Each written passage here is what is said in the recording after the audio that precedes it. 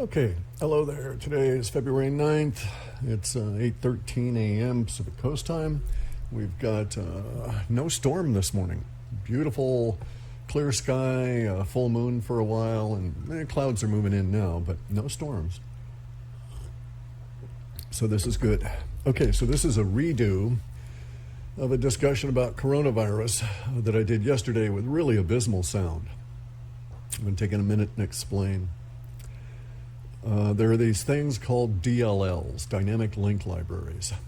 This is what software on Windows platforms uses to get source code that's not built into them. Okay, so you can write a program and you can say, I need all this functionality, but I don't want to bundle it in my executable, so I'll just link into this dynamic link library that Microsoft provides or that you build and send along with your software, and it loads at runtime, links in, and gets the functionality it needs.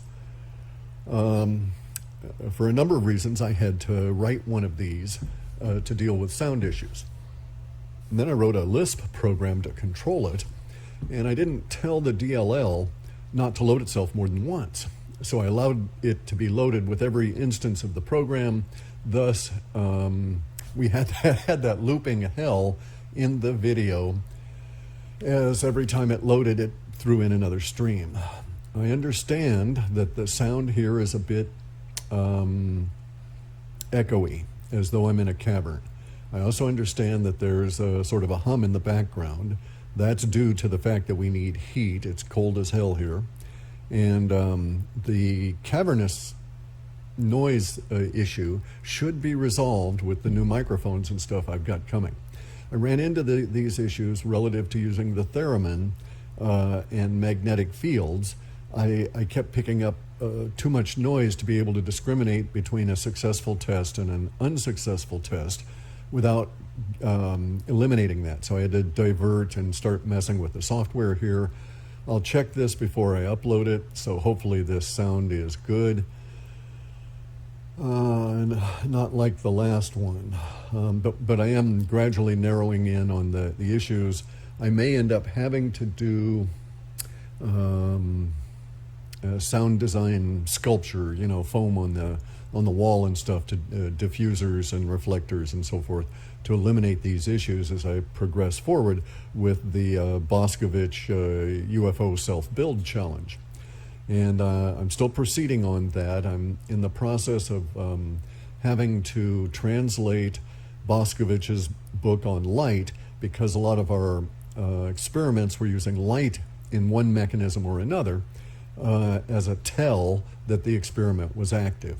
And the light itself may be intruding. The process by which we're creating the light through LEDs and then what we're doing with it afterwards may be intruding on our results. So I've got to eliminate that. So I've got to stop and translate his little 100-page book. There's 180, I think 180 articles in it.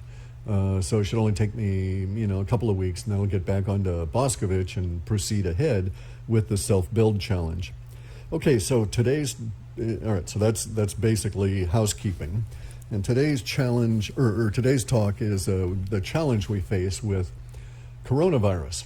Okay, now, in between yesterday and today, yesterday's version of the video with terribly bad sound, and today's version with only marginally bad sound, a lot has happened, okay? We've had confirmation of the death of the Canadian biolab boss. He died in Africa. We've had confirmation of investigations into individuals in the United States and in Canada relative to the transfer of biological materials to the Wuhan laboratory from which all of this has issued. We've had confirmation of the fact of rumors that the powers that be in the United States are investigating the idea that the coronavirus may be a bioweapon.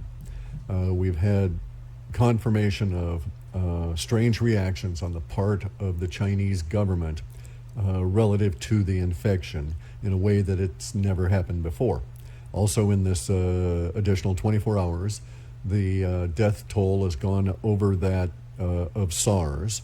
So this version of coronavirus is now officially a greater impact on us than SARS was. And any number of other elements. Now I'm going to add some things to the description box below, links that will provide you with validation of the stuff I'm going to show you here, so you can go and do your own research on some of this. And we're going to jump right back into it.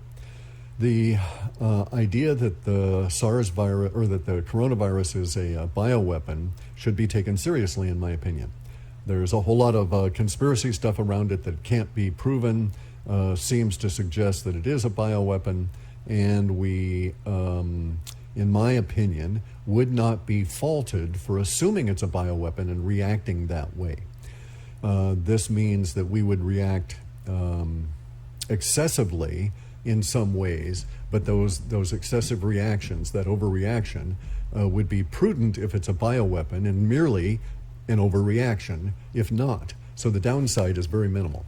All right, so it probably makes a lot of sense to react as though this is a bioweapon and take clues from how bioweapons were thought of and the nature of the bioweapons in the population and so on.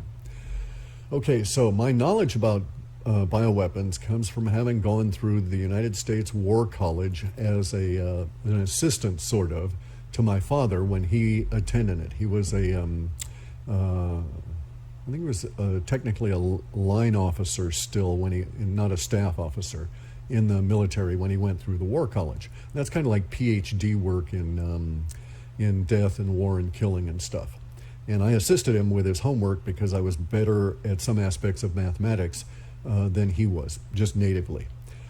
And I found it somewhat intriguing, and I've got a good memory. So I went across a lot of this information in the 1960s.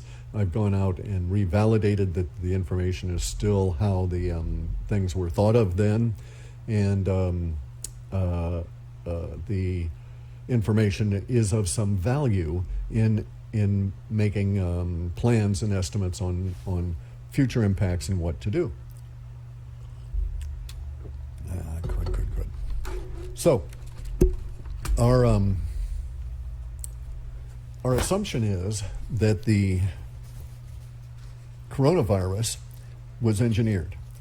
The assumption is further buoyed up by the findings of some research physicians in India that the virus has two inclusion points that are appearing to be HIV proteins.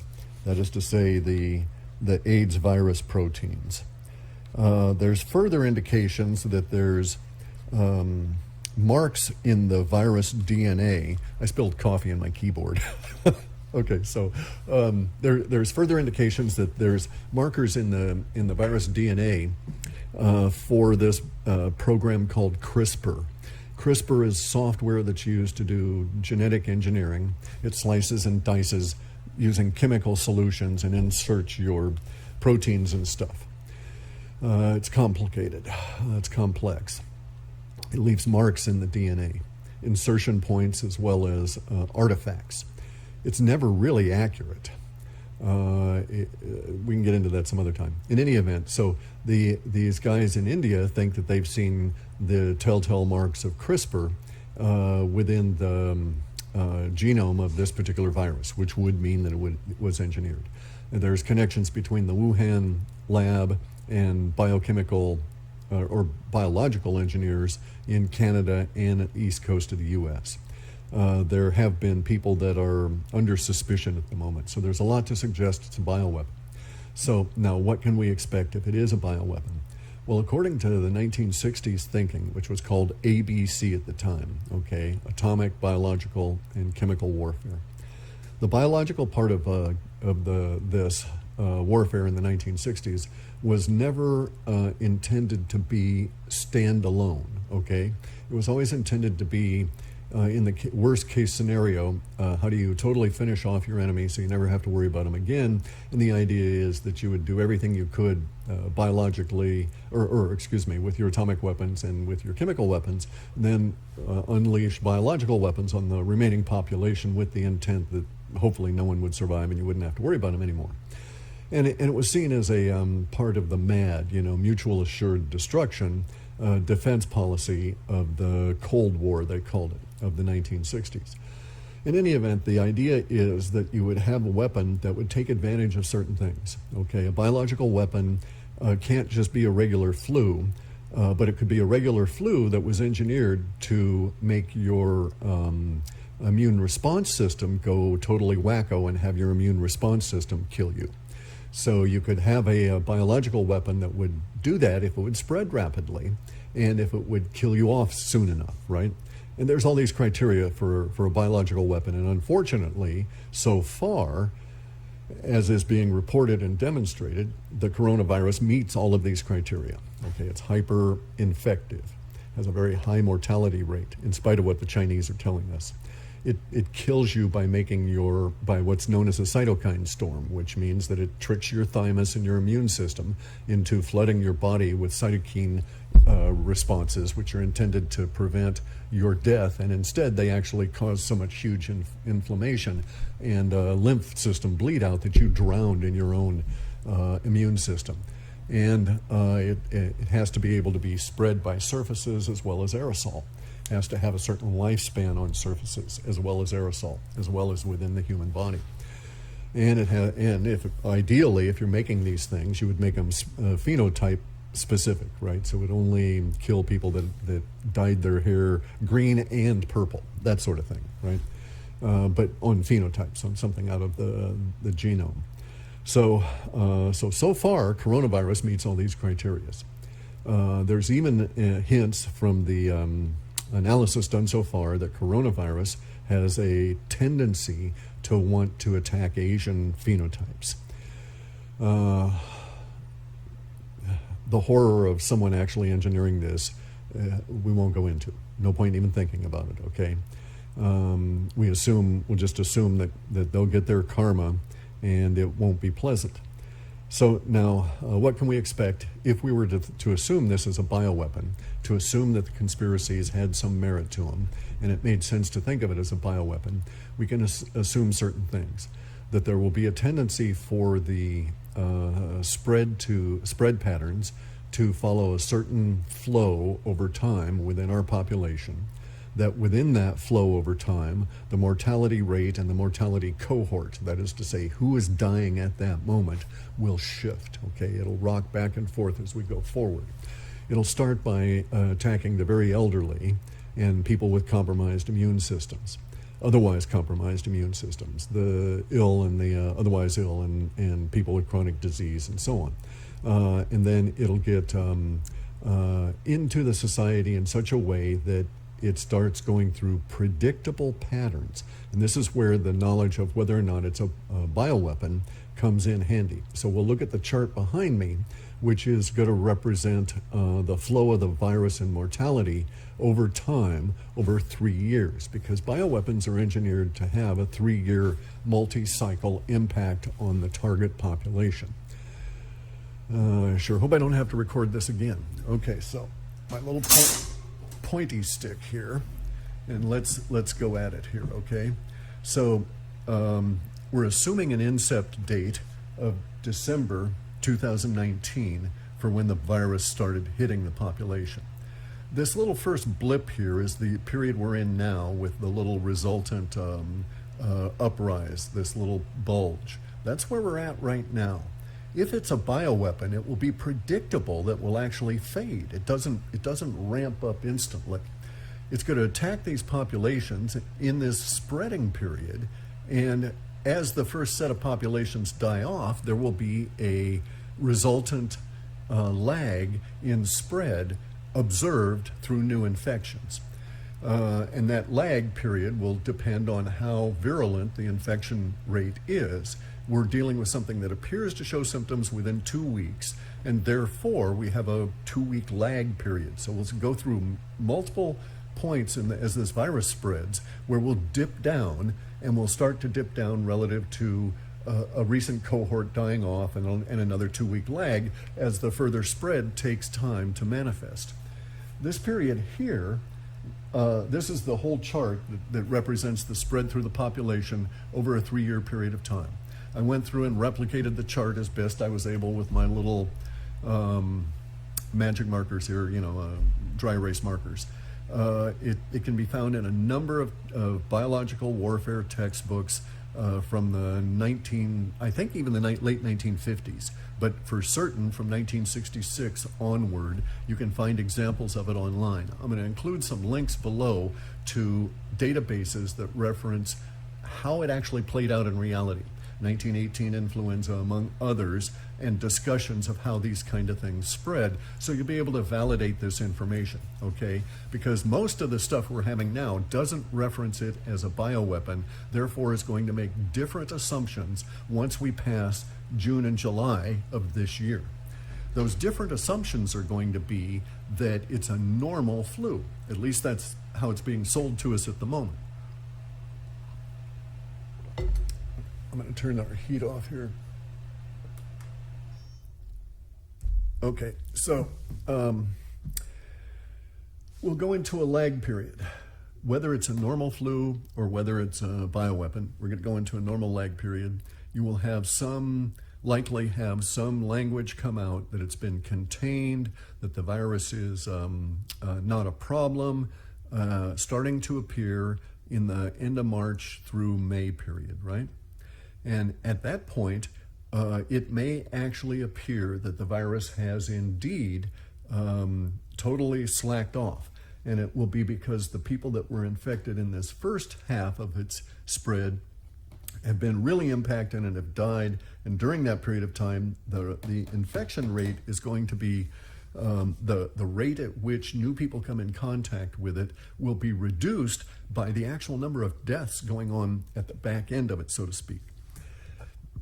But in the normal course of events, we'll all think that the scare is over, things have passed. We'll go back in a renewed vigor to interpersonal contact throughout summer and into early fall, and that's going to induce this next wave of the spread of the disease and induce the next wave of mortality.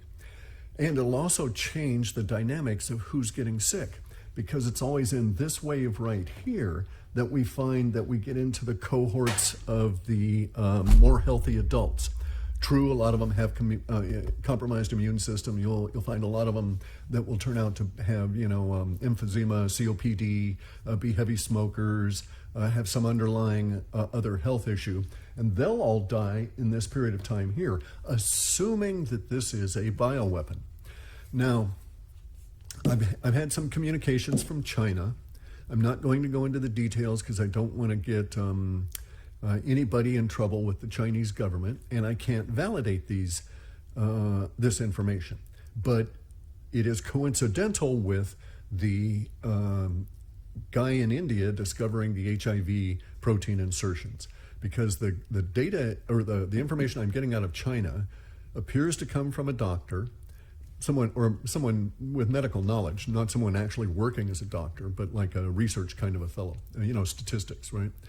Who was giving me some information about the virus, and that is that it appears that there's a cohort within the mortality that seem to get through the first flush of the virus fine and go through the fever. They have a terrible time about 12 to 15 days in, and then they have 4 to 5 good days, and then they die because the virus has been hiding in the spinal fluid and the brain fluids and comes back out then, and you're in a weakened state and you go real quick. So there's 2 little bumps of mortality that are associated with the infection rate. A large bump that gets the people that are taken relatively early in the process, and then a secondary wave of that initial infection group. And so that would tend to support it being a bioweapon, and that also tends to be supported by the guy in India discovering the HIV insertions in it. And that also is supported by the people in Hong Kong, I think it is, who are the doctors who are trying to treat this with HIV drugs and having some decent results, okay? Now, it's from this point on that we start getting into the real effects of the bioweapon. And this will represent actually a much sharper peak, probably more because I draw badly, than it emerged, but it'll be very close to something like the 1918 Spanish flu, right? It wasn't Spanish, but that flu, that influenza that killed between 50 million and 100 million people globally. It ran this kind of a process over the course of its first year. And even it, which was assumed to be natural, but it was a flu that we now know to be tied to swine flu and avian flu.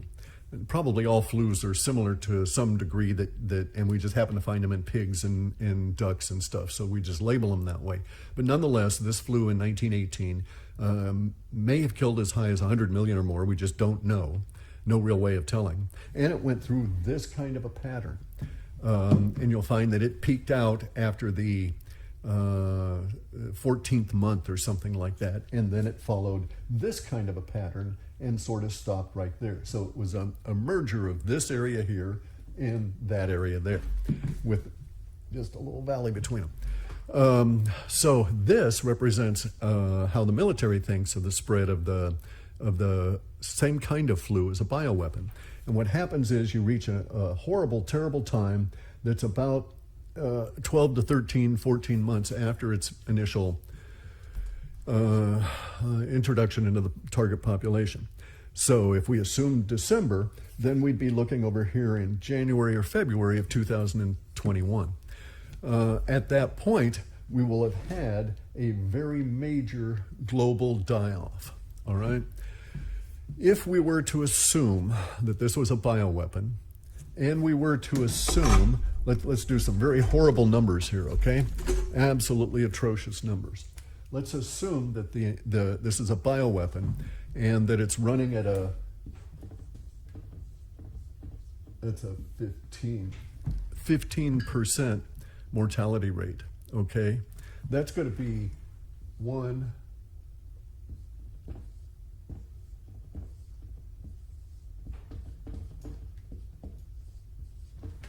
that's going to be over 1 billion people that are going to die over the course of these 3 years globally. We're going to see huge impacts here where it's going to start affecting newborns and infants in a way that's just going to rend the soul of the humanity.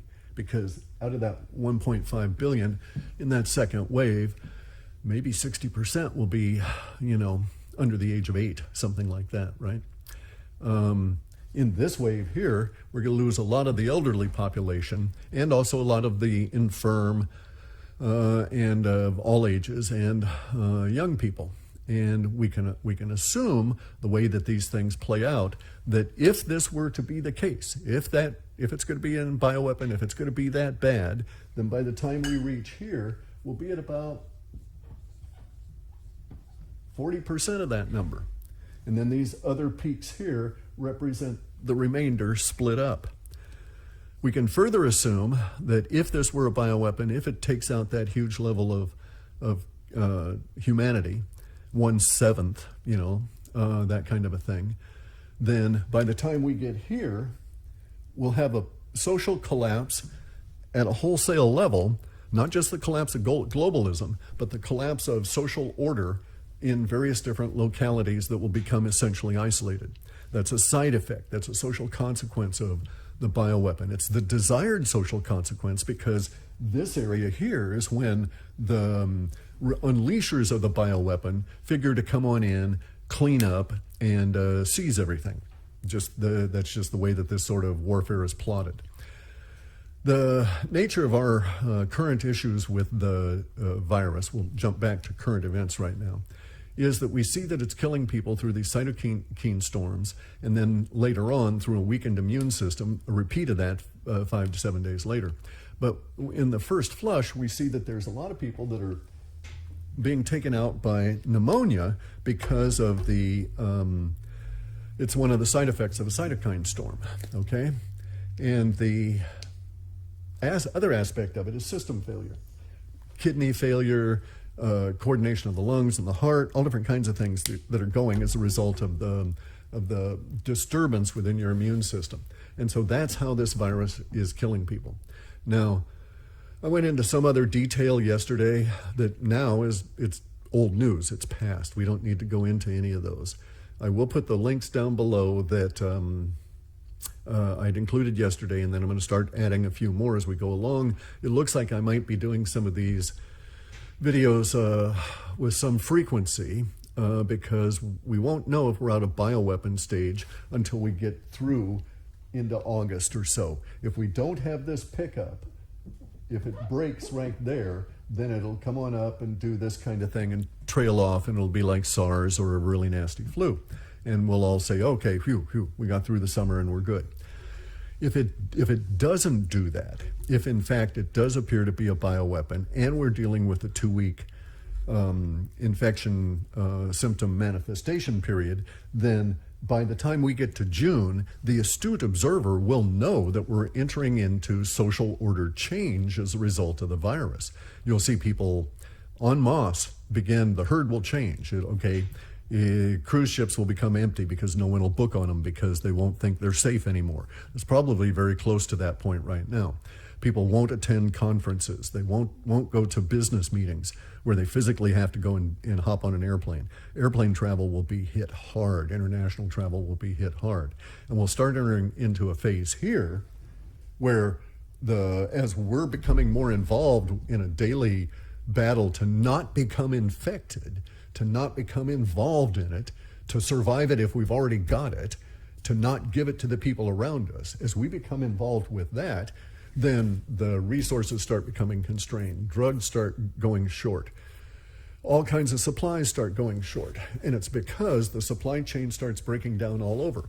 We're already seeing that. South Africa has already restricted entry of mail from China into its country. Now, the hell of this is Africa is dotted with huge numbers of Chinese cities, with lots of Chinese people in Africa. So we can assume that the next big base for this, the next big outbreak for this virus, regardless of any other steps taken anywhere around the planet, is going to be Africa. And I expect that that will actually be the point at which we can say for certain, not only is this a bioweapon, but that we're on this track. Because if I am correct, based on the populations of these Chinese cities, 50,000 here, 100,000 there, throughout Africa, and the nature of the African environment relative to hosting viruses, we'll see that, hang on a second, we'll see that right here. That we'll see it at this particular peak. So it would be sometime in June, July-ish, we'll see a peak of new infections being reported, and we'll see that a lot of these are starting to be located in Africa. If that's the case there, then we can assume that in this period right in here, as the virus starts to rise up again after our relaxation of thinking we had it under control, that's when we'll start seeing real social disruptions as the supply chains become seriously impacted.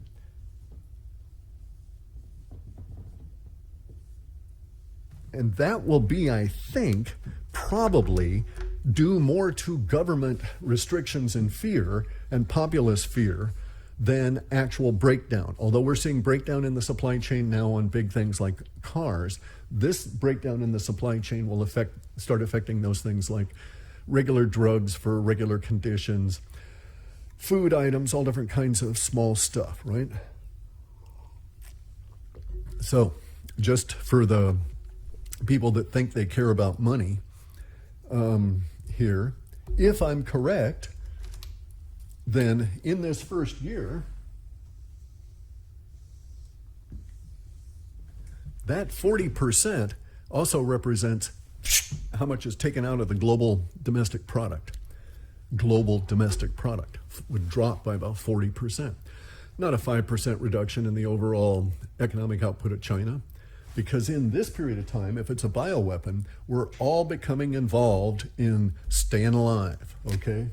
And so from here to here, it's the stay alive period. And that means you don't care about going to work. It means you don't want to receive that package from China, that kind of thing. And so it really hits hard everywhere. All you care about is just the minimum necessary to get you through this. And so this is why I kept referencing Love in the Time of Cholera. If you've never read that novel, or never read 100 Years of Solitude, now you'll have plenty of time in the isolation period to read those and understand and feel the mood of what the Love in the Time of Cholera was talking about, and the impact on the social order and how it hits everything. And so, there'll be a lot of things we just won't care about anymore, that we won't want to involve ourselves with. So I would expect somewhere in this period of time right here, the United States may decide that, can't do voting because we can't get our shit together quick enough in order to do, cheat-free online voting, right?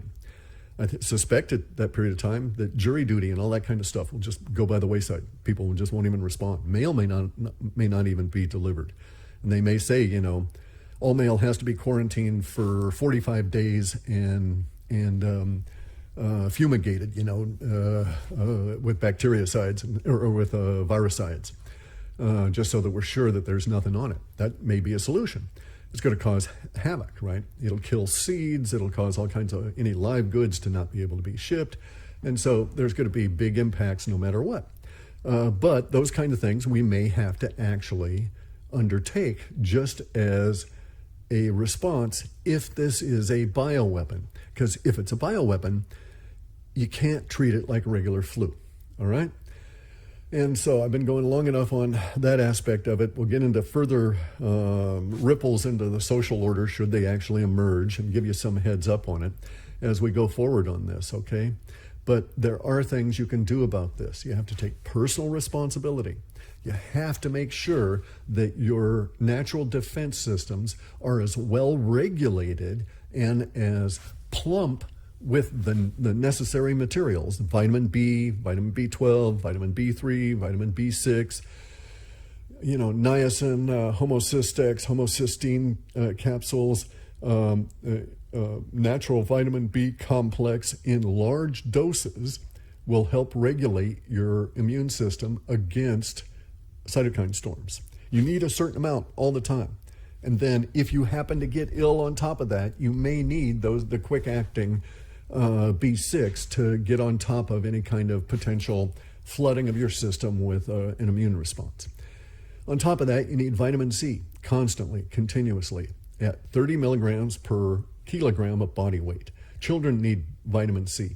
Go to the orthomolecularmedicine.org and look up dosages of vitamin C for children as recommended by Linus Pauling. It turns out to be really simple for children. Bear in mind, the dosages that he recommended were for powdered vitamin C, which absorbs at a rate of 20%. So if he's telling you need to take 6,000 as an adult units of vitamin C a day, 6,000 milligrams, 6 grams of vitamin C a day as an adult, he's talking about something with a 20% absorption ratio. So I only need to take half of that at a higher level of absorption. So I only need to take 3,000 at an 80% level of absorption to get beyond that, and I won't have the gut issues or any of that sort of thing. So if you're using liposomal, you get much bigger bang for your buck.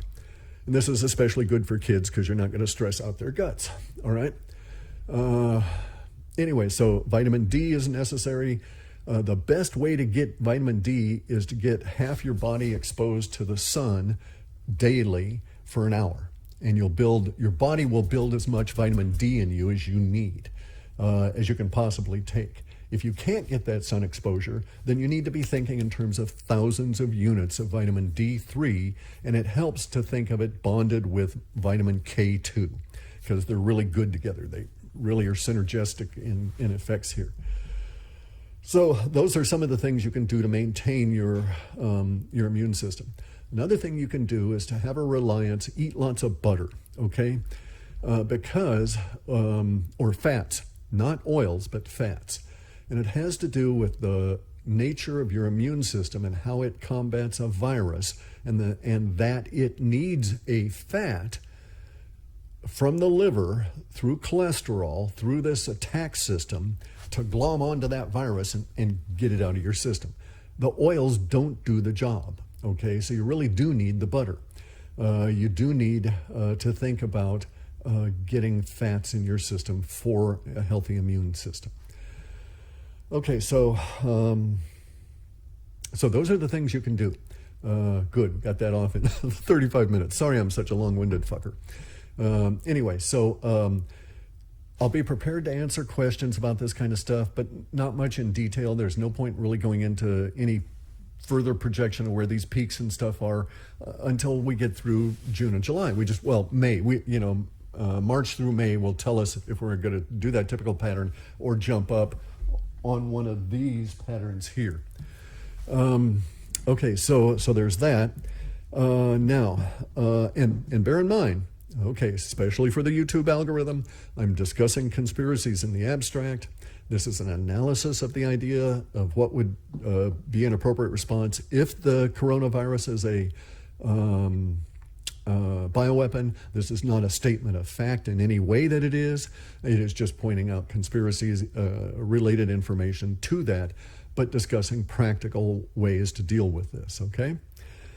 So now on top of the fats and the vitamins, which will help everybody, there are other things you can do. You can get turkey tail mushroom, taking as a powder or a capsule or as a tea, and those that boost your immune system. But here's where we have to be careful. If this is a bioweapon, it is going to target your immune system. So you don't want your immune system hyped up, okay? You want it even. So I would not recommend taking turkey tail mushroom tea unless I was really sure I had my vitamin B6 levels up, where the B6 dampens the potential that you can ever have one of these cytokine storms, right?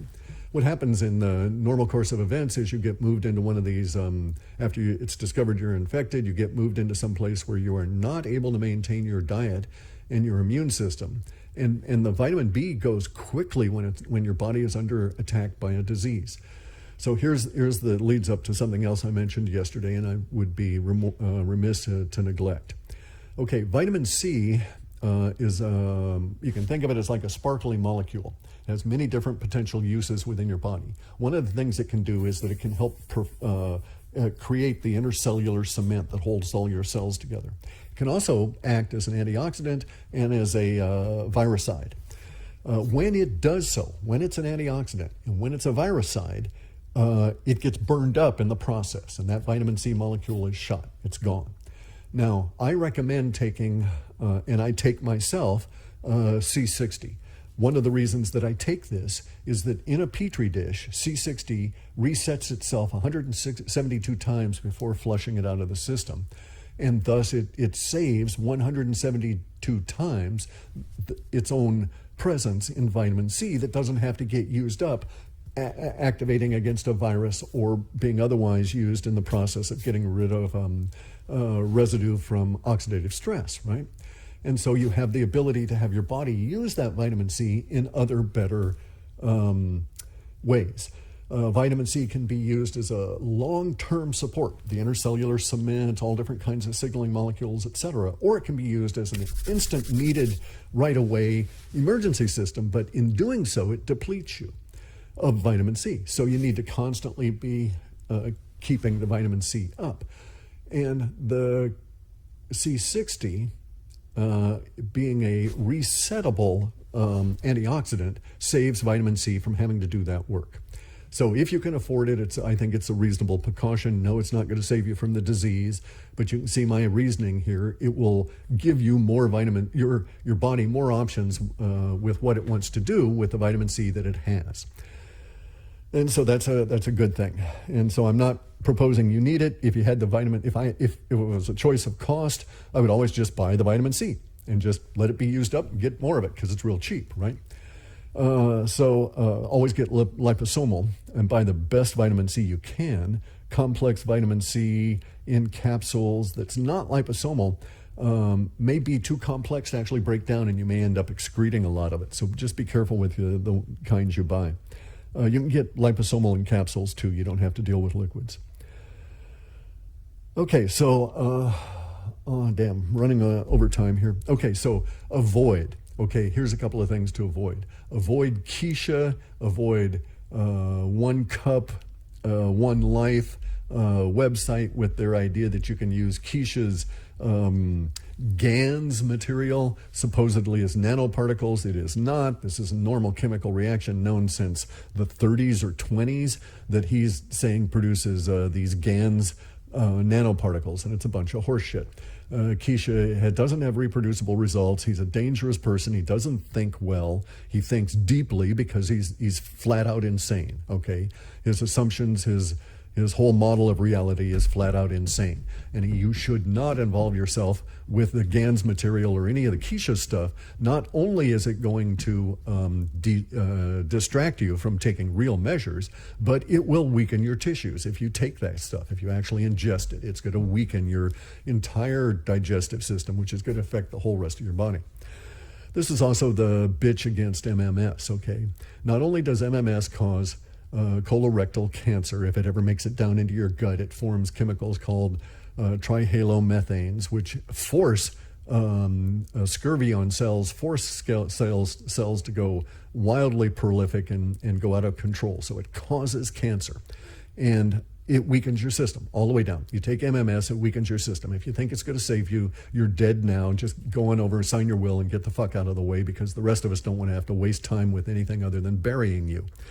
It's getting that serious, guys. I mean, there's no point in getting in trying to save people's feelings when the buttheads are going to do things that cause themselves to die. Should this actually be a bioweapon?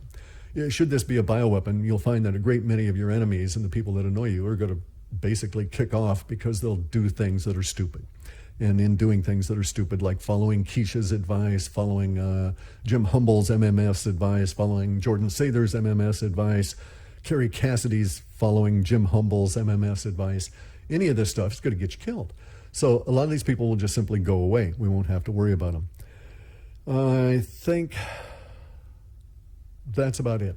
For this, I'll shut it up. I'm going to check the sound. If it's good, I'm going to load it up. And then I've got other stuff I need to do. My apologies for the sound. I'm narrowing in on what I'm after, because I got to get a huge level of sensitivity out of my sensing apparatus, my dynamic and condenser microphones, against this theremin, against a very nebulous effect that I'm seeking, which was within the magnetism. So it's really tricky, but we're getting there, and I should get it all hooked up here maybe sometime this year. Anyway, I'll do more of these as it goes forward. This is interesting information, and we'll see if I'm correct on this, and we'll see if it actually does turn out to be a bioweapon. There's a lot of people freaking out over it, including what I call the normies, and that's not a good sign for us woo-woo guys. I hate being right on crap like this. But stay safe, take personal responsibility. No one else is going to keep you safe. You got to do it for yourself. With respect, guys.